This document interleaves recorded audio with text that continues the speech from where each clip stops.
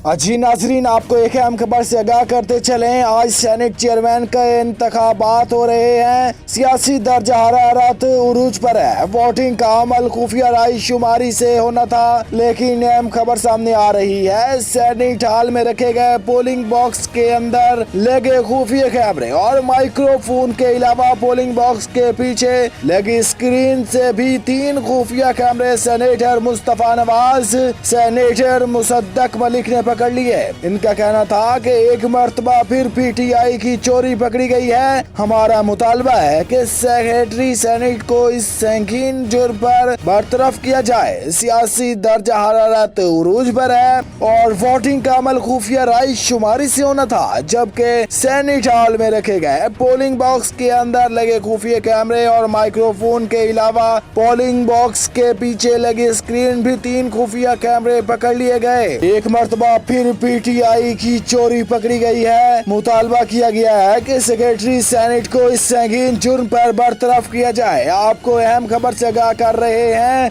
Senate hall में रखे गए पोलिंग बॉक्स के अंदर लगे खुफिया कैमरे और माइक्रोफोन के अलावा पोलिंग बॉक्स के पीछे लगी स्क्रीन से भी 3 खुफिया कैमरे सेनेटर मुस्तफा नवाज, सेनेटर मुसद्दक मलिक ने पकड़ लिए हैं। इनका ये भी कहना था कि पीटीआई की चोरी एक बार फिर पकड़ी गई है। हमारा मुतालबा है कि सेक्रेटरी सेनेट को इस संगीन जुर्म पर बरतरफ किया जाए।